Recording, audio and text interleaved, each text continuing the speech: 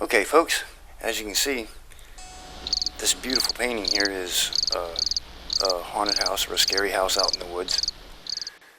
And you can see the light and shadow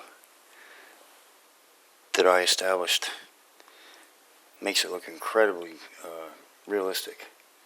And you see over here in the bottom we have Uncle Clement standing by the mailbox. I guess he's checking the midnight mail. And up here we have this witch flying across. It's so detailed you can even see her teeth. So I use 2-inch brushes like this one here. But if you'll notice, it's a groomed brush. In other words, all the edges are trimmed and manicured so that it has a nice even profile. Maybe the most important thing about a painting is trying to establish a 3D image. When you look at it, when you look straight at it, in perspective, it looks like a 3D image. And if you do that, it makes the painting so incredible. And you see these branches right here. I did those with what I call a wild brush. And you see this one isn't tapered on the edges, it isn't groomed. It just came straight from the hardware store. And I happen to like that for doing this brush here, for doing foliage, because it has a really rough kind of look to it. But the main thing I concentrate on when I'm trying to do a painting is to get a 3D image. You know, a good wedge-shaped 3D image. And that makes any painting look incredible. And as you can see here on the porch, what I did is I made the gray paint right here lighter than the gray is over here and right back here.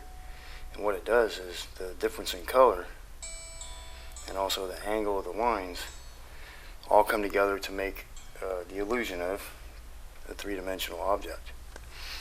And I do the same thing here. You see the dark gray paint and the lighter gray on the edge. When you look at it, it looks like it's three-dimensional. It looks like it has a swoop in it right there, like that. So when I go about doing a painting like this, I do pretty much the whole entire thing with a paintbrush, just like this here, this little liner brush, and this whole entire thing.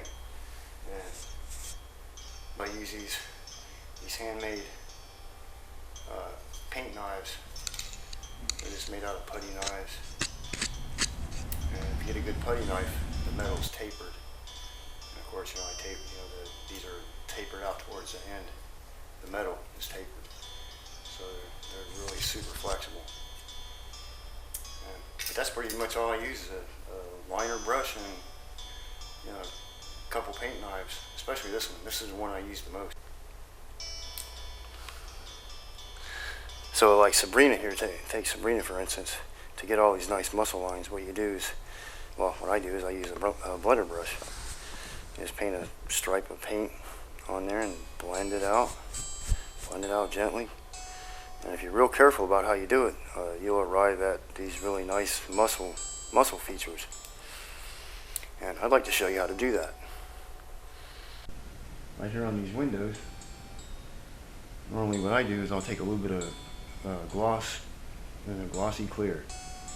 And I'll put a little spot of gloss clear where the glass is, so that when you're sitting on your chair in your house and you look up at the painting, you see the shine coming off that clear coat. And it makes the glass look real.